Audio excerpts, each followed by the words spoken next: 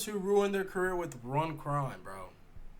By 6. Let's get straight into it, man. There's been many instances 10K. of rappers throwing away fame and millions of dollars after committing just one stupid and preventable crime. Free but tour. none are as tragic as K-Flock. K-Flock quickly rose to fame in the New York drill scene. I don't really know too much about heavily involved K-Flock. in the streets. Coming from the Bronx, after releasing Brotherly Love with his cousins B-Love and Dougie B, the song would go insanely viral and reach 30 million streams on Spotify.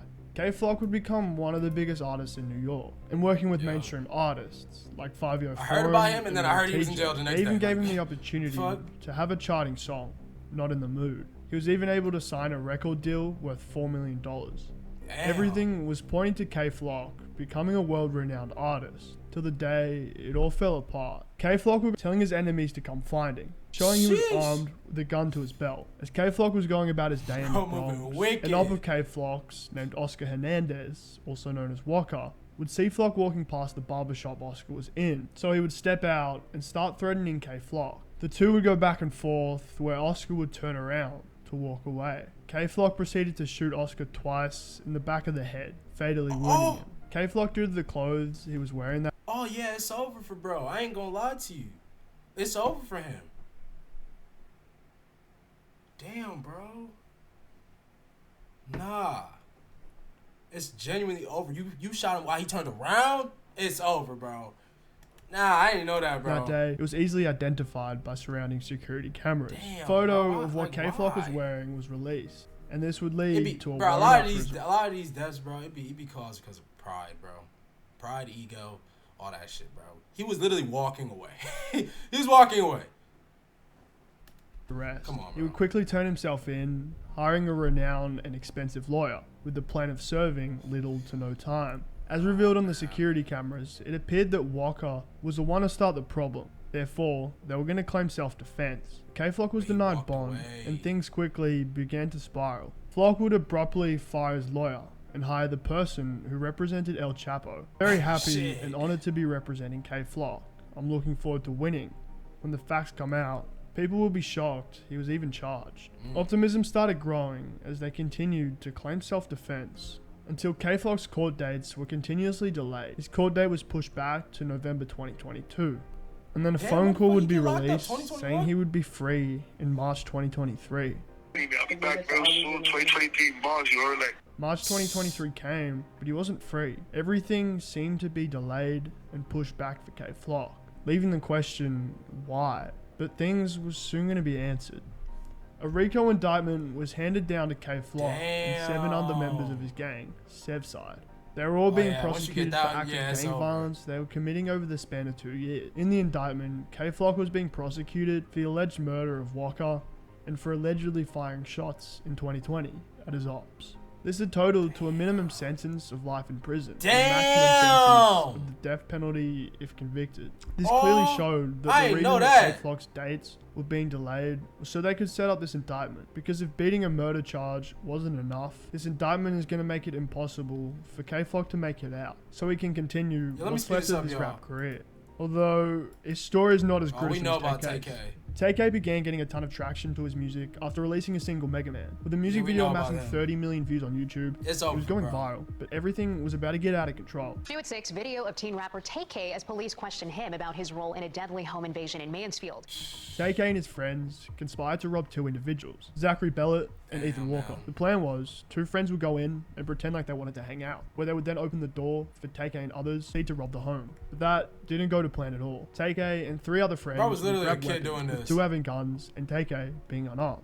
They would burst in the home. The 2 with guns would hold Zachary and Ethan at gunpoint. And realistically, it's the parents' fault. You know what I'm saying? Like, it is the parents' fault. I can understand if bro was like 19, he was doing this. He's a grown-ass man at that point. My man was probably like 14 doing this shit. Like, it's the parents' fault. Like, when I have kids, I'm not letting my kids hang around people who are bad influences, bro. Straight up. I'm being honest. I think his dad was in jail. I think both of his parents were in the gang or some shit. Or maybe that's Vaughn's parents, if I'm not mistaken. Something like that, bro. But, nah, this shit crazy. It falls back on the parents, bro. Where TK and his other friend Pimpsy would search for things to steal. But that's where it would all go wrong. They couldn't find the drugs and other items in the home they were promised. This led to them getting impatient, leading to TK's friend, Lotharian Merritt. My finger must have been on the trigger. but I don't remember pulling the trigger. The Starion would fatally wound crazy. Ethan Walker. Tay-K, only being 16 at the time, was only held in juvenile detention, as they were figuring out what happened in the crime. This led to the judge agreeing Tay-K could leave on house arrest. His sister, who just turned 18, had her own apartment. She'd allow Tay-K to live there. There was an issue. After 18 months of house arrest, with an ankle monitor tracking his every move, Tay-K was stressed. He had no idea, as a 16-year-old, what was going to happen to him. It seemed like he was going to be charged as an adult for capital murder. But all this shit started when he was like 14. He wasn't the rapper he wanted to be yet. He needed to do something. So Tay-K would shock the world. Tay-K would cut off his ankle monitor, tweet, his house arrest, 12, they're gonna have to catch me. And from that day on, he was on the run from the police. He was with his friend Pimpsy, who was also involved in the crime. He would travel across the country running from cops, constantly posting on social media, taunting their inability to catch him. Tay-K on the run would begin recording music. He would record the song we all know him for today. Tay-K would record the song The Race, talking about how he was on the run from the cops. Could beat, I was trying to beat the case, but I ain't beat that case, bitch, I did the race. He would release the song on his birthday, June 16, 2017. The song would be life-changing viral. He would release a music video to accompany the song. Overnight, it was getting millions of views. Still bumps to this day, bro. Of rappers like 21 Savage, YBN Amir, and Young Moody. The Race has 400 million streams. Tay-K's name was all over the world. Off this, while on the run, Tay-K would get signed by a label, where they would release his project, Santana World, with songs like Lemonade, I Love My Chopper, and Murder What She Wrote, amassing hundreds of millions of streams. Murder What She Wrote was But only a few months prior, he made one fatal mistake. Tay-K on the run with Pimp C were planning to rob this photographer for all his equipment. They would plan to meet up, take photos, but when he'd arrived, they'd rob him. But it went horribly wrong. When the photographer arrived, they brought him to their car to smoke in an empty parking lot. They would take all his and kick him out the car. The photographer began dumb as hell running for that and screaming too. for help. This is where they would try to run him Bro, off. I'm here to get my bag, you feel me? I'm here to get my bag. I'm about my business. I'm out of here, bro. You feel me? I ain't finna be smoking with y'all niggas, bro. I don't even know y'all that well. You feel me? Like, people don't understand that when they be smoking with niggas, bro. Like, when you really get high, you really get comfortable. A lot of people don't talk about it. When you be high, well, at least me, bro. When I get high, I get very comfortable. You know what I'm saying? Like, that's why I gotta smoke around, you know what I'm saying? If I'm smoking, I gotta smoke around my niggas, you feel me? They gotta be with me, you feel me? Like, or whoever, you feel me, I'm close with, you know what I'm saying? Because if I'm not, bro, I don't really know you like that, bro. Like, fuck, if I just be, oh, come on, bro. They would hit him, he landed on the hood of the car. And when they'd stop to get him off the car, he'd kick in the windscreen, breaking it. Tay-K would retaliate by shooting him off the car, leaving him to die. Days after the race was released, Tay-K was found and brought to custody, ending the race after 96 days. Though throughout 2017 to 2018, Tay-K's name was still buzzing, featuring on songs and interviews from prison, like Hard, reaching 100 million streams. His name would soon die down. After years, in 2019, Tay-K was convicted for the robbery and murder of Ethan Walker, being sentenced to 55 years in prison. Lyrics from the song The Race and the whole marketing stunt of the race was used as evidence to show his lack of remorse. But the thing is, his trial still awaits for the murder of the photographer. Found guilty, he'll be serving life, ruining the career of Tay-K. Although Tay-K isn't the only one with a sick and twisted mind. YNW Melly started getting a ton of traction over 2018. After the release, Melly, it's over for Melly, bro. Over the next How many few years months, has it been, the song bro? would take He's over not, the internet, bro. amassing over 1 billion streams. He was soon the hottest name in music, eventually getting the attention of Kanye West, who was a huge fan of his music. They would collaborate together on the song Mixed Personalities in 2019, which would reach over 400 million streams. His success would only spiral, getting a song with Juice WRLD called Suicidal, reaching 500 million streams. Melly was one of the biggest names in hip-hop, pulling superstar level numbers, but one night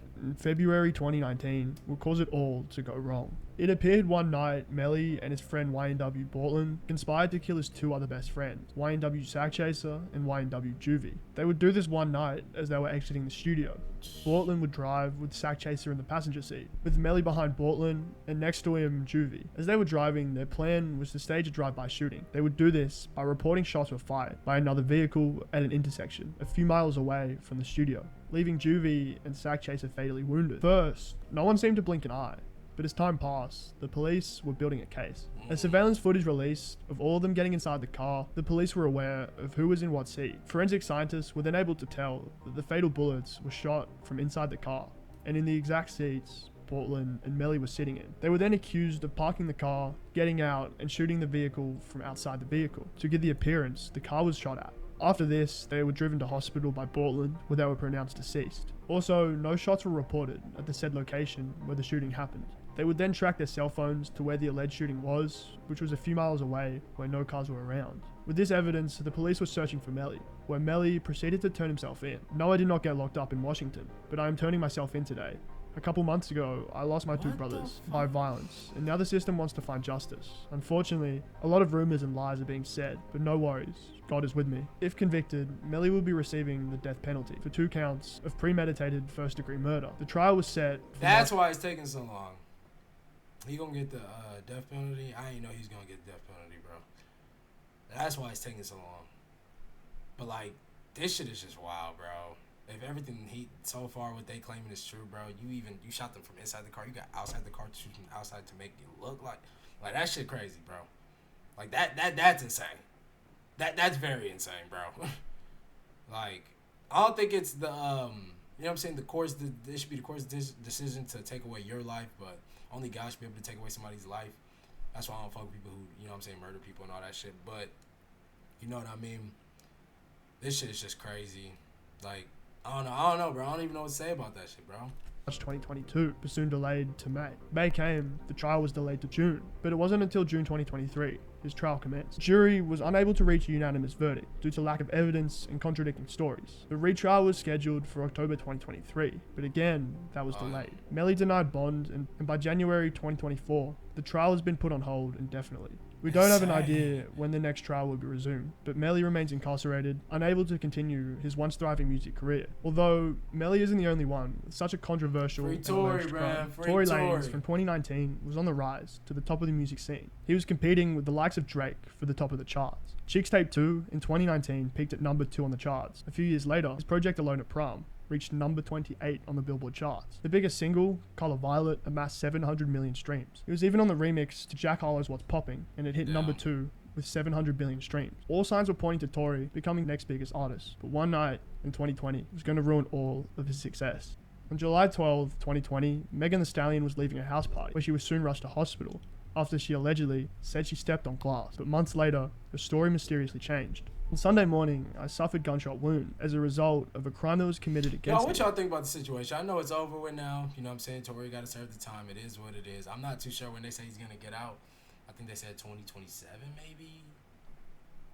Nah, I don't know. I honestly don't remember, bro. But what y'all feel about the situation? I don't even know at this point. You know, I feel like they shouldn't have locked up anybody because you don't know who the fuck did it. We literally did not know. We could say Tory did it because some of the things that he said and things like that, but at the end of the day, we don't know. We generally don't know. They didn't even have no fucking, evidence on the gun. You feel me? So it's like, how can we just arrest? Like, you feel, I don't know, bro. I'll be saying the same thing if it was Kelsey. If, you know what I'm saying, Megan came out and said it was Kelsey, you feel me? But they had nothing on the gun. Like, we wouldn't be able to just say she did it. Like, we don't know. We don't know.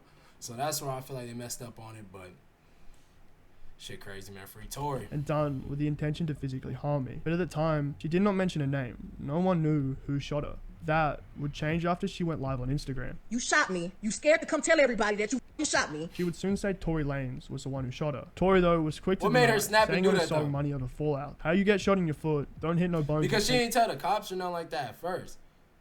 So, was it like the next day, 2 days after that, you know what I'm saying, she came out on Instagram Live and started snapping like that? Like, what happened? Y'all let me know in the comments, because I don't even know what happened with that. Like, I obviously know that she said everything she said in that live, but what happened? What sparked that? Did Tory do something? Did he say something that made her, like, you know what I'm saying? What happened with that? Basically calling her or was it because everybody was saying she was Megan would call Tory a liar, as Megan's attorney would say that Tory and his team were creating a smear campaign to hide the allegation. We've been made aware of manipulated text messages and invented email accounts that have been disseminated to the media in a calculated attempt to peddle a false narrative about the events that occurred. Soon, the trial would begin and new facts would arrive. Tory was being prosecuted for assault with a semi-automatic firearm, personal use of a firearm, and carrying a loaded, unregistered firearm in a vehicle. A protective order was also in place, meaning Tory is to stay at least 100 yards away from Megan and no contact, in which he ended up breaching and was arrested for, but he was released on a bond of $350K. The story from Megan's side, they were both leaving a party with another friend of Megan's called Kelsey. They would get in the car together,